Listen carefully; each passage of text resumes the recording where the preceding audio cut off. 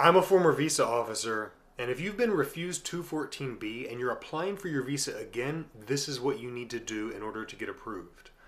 When I was a visa officer, I had to refuse people 214B all the time. But also, I saw people come in for interviews who had been refused 214B before, and here's a secret, they get their visas issued.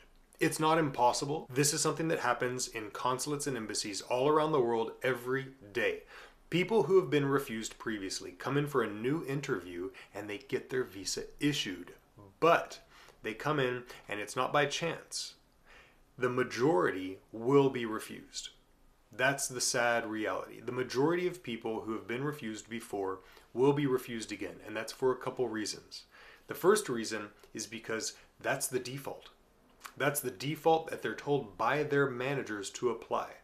If someone has been refused before and nothing has changed in their situation, they should be refused again so that the decisions across the section, across all the officers working in one consular section, will be consistent. So that's what they're told to do. What are these changes? We'll talk about that in a second. What's the other reason why most people who have been refused before will be refused again? Well, it's negative material, it's negative information, it's a negative impression, and it's the impression that my colleague, if I'm a visa officer, my colleague already said no, said you don't qualify. So I not only have to be convinced that you do qualify for the visa, I have to be so convinced that I'm ready to say my colleague was wrong. My colleague made the wrong decision.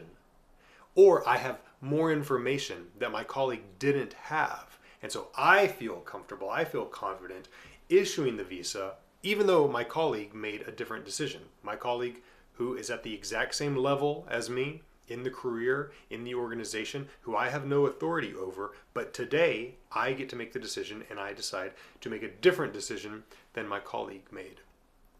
How do you achieve this? How do you get that officer to see that you had a refusal, maybe not too long in the past, but today they're going to decide differently and give you the visa? Well, you have to show something different. Many times they'll ask you for a change. Notice I didn't say you have to show a change. I said you have to show something different. Now, what is the difference between showing a change and showing something different? A change would be in the totality of your life circumstances, you change something and you go into the visa interview and you show them, look, my life has changed meaningfully, materially. That's key. You can't just say, oh, well, I got a new phone number. Oh, I changed my email address. This is not material. This is not one of the reasons why you would be issued or refused. So that doesn't matter. But saying, oh, I have a new job. I have a higher salary. I've traveled to other countries. I have a higher degree.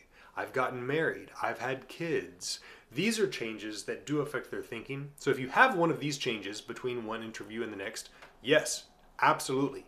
Highlight these changes that make your life more stable, that make you more financially stable, more professionally stable, more stable in terms of family. Highlight these changes. But what if you're going for an interview a week, 2 weeks after a prior refusal?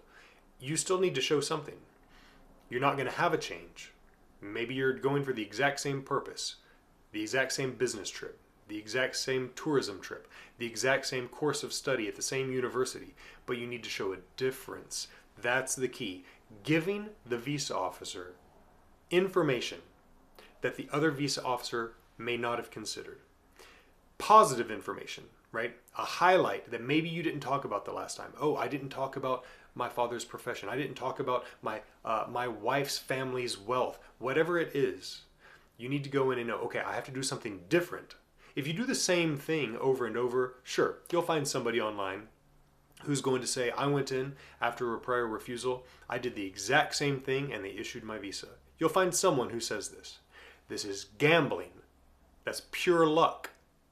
They left it up to chance and they got lucky. That's one way to go about things. That's not what I would recommend. I would recommend identifying what is a difference that you can highlight. One difference at least, maybe two, maybe three. But one difference that you need to highlight, and then strategize how are you going to highlight this? How are you going to bring this to the officer's attention as quickly as possible when the interview begins to counteract that negative impression that they already have of you, because they will see that prior refusal almost immediately. If it's at the same post, they will see it almost immediately. If it's at a different post in the same country, they will see it a little bit later on, but they will still see this prior refusal. And you need to counter that negative first impression with this good, positive, different information from what you gave the first time. Okay? Sometimes they throw out a trick question like, what has changed? And you have to answer that question each time. That's different. That's a personalized strategy that I can give you. I do one-on-one consulting. If you're interested, links below.